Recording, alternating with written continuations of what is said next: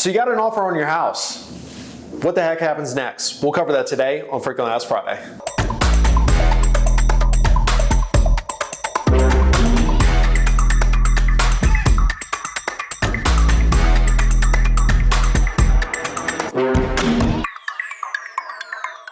Good morning, good afternoon, good evening, whatever time you're seeing this. My name is Elliott with the Elliott Real Estate team at RE/MAX. Super excited today to be walking you through what happens once you actually get an offer on your property and kind of what does that look like from contract to closing.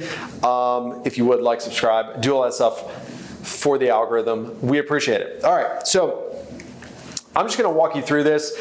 There's gonna be a good bit of minutia that I'm gonna leave out just because we don't want this to be a 45-minute video, but I am gonna hit the broad brush strokes, hit the highlights for you. So the first 2 to potentially 3 decisions that you need to make as a seller is who you would like to use as a termite inspector, who you wanna use as a closing agent, who you wanna use as a well and septic inspector if you're on well and septic, not on municipal water and sewer. So termite inspector. So on most contracts in our standard MLS, CVR MLS contracts, Central Virginia Regional Multiple Listing Service, if you were wondering, or if you ever end up on Jeopardy, the seller is responsible for providing a termite inspection. Usually runs about $80. We've got preferred termite inspectors that we utilize, but at the end of the day, it is the seller's decision. So we try to make that decision within 7 days of accepting an offer on the property, just so we can get that ball rolling. Second decision that you'll need to make, and this is a big one, is who you would like to use as a closing agent, who's gonna prepare the deed and handle kind of the legal aspects of closing that we as real estate agents can't do for you, okay?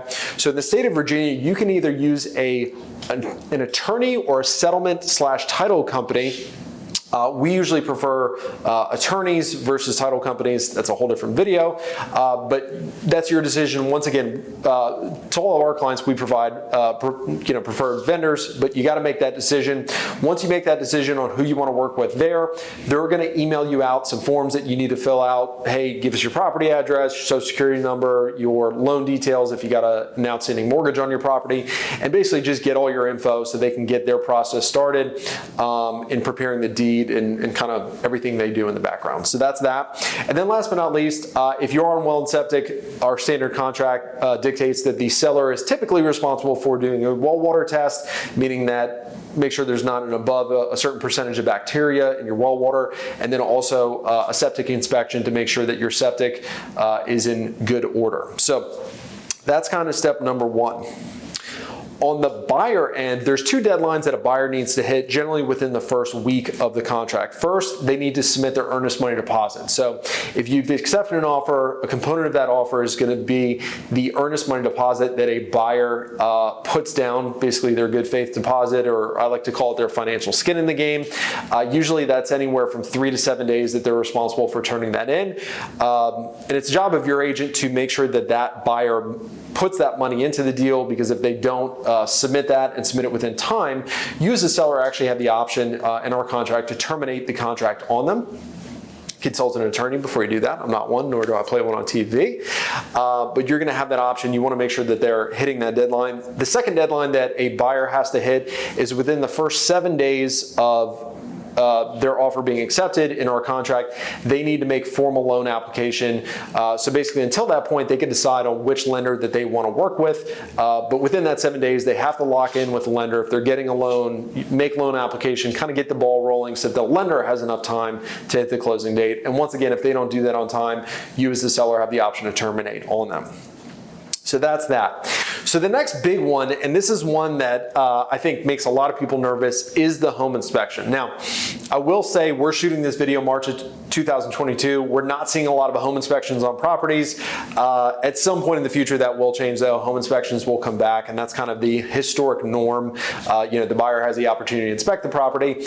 So let's talk through that real quick. So what we always recommend to our clients is you want to keep your house in order. So when your home is on the market, you probably staged it, you kept it looking nice, right and tight and clean and tidy. We want to, and once you get a contract, kind of the natural reaction I think is to kind of let your hair loose, let your hair down, so to speak, and just relax, not make the beds every day, and not have to feel like you're living in a museum. When it is time for the home inspection though, we want to get the house back in that shape. Reason being is the buyers are going to be at the home inspection. This is their first time that they are seeing the property after that they have put you under contract. We don't want any buyer's remorse to develop because maybe we kind of let loose a little bit and didn't keep the house as neat and as tidy as it was when it was on the market. So very, very important. We want to clear room for all the major systems so that the home inspector can actually get to your major components of your house to check them. So for example, we want the home inspector to be able to reach the electrical panel. We want them to be able to get to the HVAC units. We want to unlock the crawl space door so that they can get to the crawl space, because if all those things are inaccessible, that actually will extend your home inspection time frame, because basically the buyer can say, hey, we went to inspect the HVAC unit, we were not able to do so because there was fine china blocking us from the electrical panel, or we couldn't get through the attic to check the HVAC unit. So basically just make sure that they've got clear paths to be able to do that. You want to make sure all your light bulbs work. If you have any light bulbs that are out, go ahead and switch them out with working light bulbs, because if you've got a light bulb out, the home inspector has to say, hey, I'm not sure if this light fixture works. Very cheap fix to avoid an issue down the road. If you have any recent maintenance receipts, so if you've had your HVAC system recently serviced, or your water heater worked on, or anything that you've had done to the house, you probably want to go ahead and leave those out on the kitchen table or on the counters. That way the home inspector, the buyer, can see those. Home inspectors always like it when they know systems have been regularly maintained or recently maintained, just because it gives them more confidence that everything's in working order. So that is the home inspection. So once that home inspection is done, the buyer typically is going to send you a repairs request. This is where they can either request credits in lieu of repairs, meaning, hey, I want you to give me some money at closing in lieu of doing these 3 to 5 things, or they can request that you actually fix certain items that came up on the home inspection. And you as the seller have the right to say, hey, I'm going to do that, or no, I'm not. Realize if you do deny them their request, that does give the buyer the ability to potentially terminate the contract and walk away. But once they submit that repairs request to you, at least in our contract, that kicks off a 7-day negotiation period. So once you receive a buyer's repairs request, you then have a 7-day period to essentially work it out with the buyer. And hopefully we can come to a happy ending where we can meet in the middle somewhere. If we can't do that within 7 days, then the buyer has the option to terminate the contract and walk away. All right, so we're past the home inspection, thank God. That was tense. Next, we're going to go into the appraisal. So this generally happens around the 2nd to 3rd week after you've accepted a contract. If a buyer is getting a loan, the lender is going to want to make sure that the property is appraised, so that whatever the buyer is offered to pay you for the house, the lender wants to know that the property is actually worth that much, because that's their collateral for the loan. So what happens there is the appraiser reaches out to your listing agent, hopefully us, and they say, hey, we'd like to go visit 123 Main Street Thursday at 2 o'clock. The appraiser is going to come out. They're going to come take a look at your property, 15, 30 minutes max, just give it a good look. They might want to take some measurements. They might want to take some photos. And then generally within 7 days after they visited your house, they're going to submit their appraisal report to the lender. So they're going to come, they're going to take a look at your house, and then they're going to run all their numbers, and they're going to tell the lender, hey, this is what we think the property is worth, and we hope it is at least the amount that we've offered to pay for it. If it's not, there's a whole process there. That's a separate video.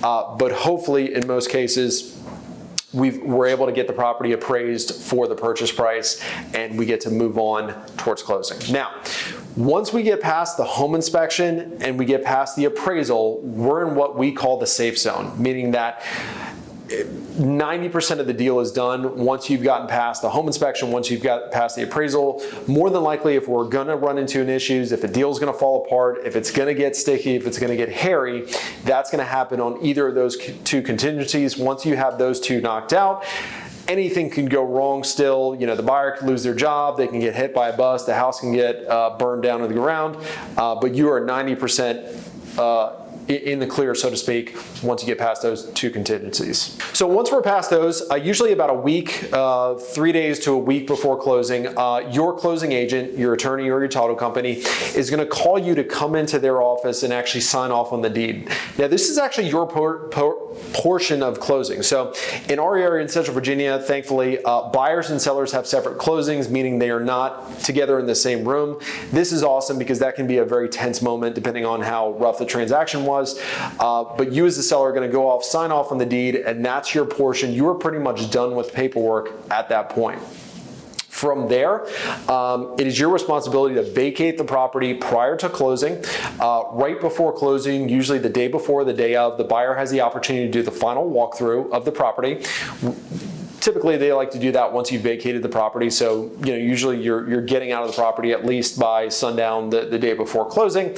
And the final walkthrough is their opportunity, if we've negotiated repairs, to make sure that those repairs have been done, and really just to make sure that you've maintained the property between the time of contract and, before they go to closing. Because once they close, if there's any outstanding issues with the property, they essentially have assumed that liability. So, last but not least, your money. Let's talk about it. So once the buyer settles, once the buyer goes and signs all the paperwork, settlement has officially occurred, the property is officially closed. But we're not done yet. The buyer's attorney or the buyer's title company actually has to go ahead and record the sale at the local municipality, the county, the city, wherever you're selling.